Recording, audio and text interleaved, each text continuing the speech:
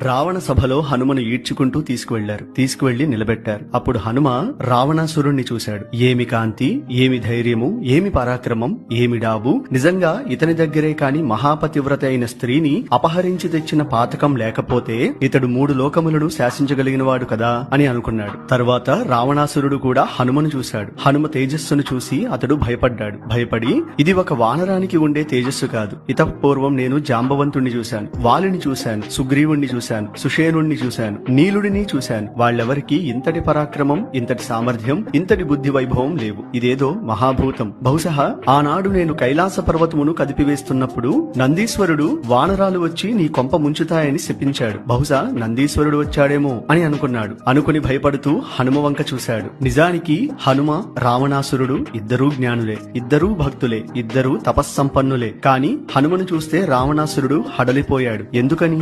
హనుమ తపశ్శక్తి, జ్ఞానము లోకోపకారము వైపు వెళ్లాయి. రావణాసురుని తపశ్శక్తి, అధ్యయనము లోక భ్రష్టత్వము వైపు నడిచాయి. అందుకే మనం తెలుసుకోవాల్సింది జ్ఞానం ఆర్జించడం కాదు కావలసింది. మన నడత ఎలా ఉందో దానిని కూడా ఈశ్వరుడు చూస్తాడు. దానిని బట్టి మనకు ఫలితం ఇవ్వబడుతుంది. దీనిని మనం అందరం జ్ఞాపకం ఉంచుకోవాలి. ఇది సుందరకాండ తీర్పు. వీడియో నచ్చితే లైక్ చేసి, షేర్ చేసి, కామెంట్ చేసి మరిన్ని ఇంట్రెస్టింగ్ వీడియోస్ కోసం సబ్స్క్రైబ్ చేయండి RJ Krish the eternal voice channel ని.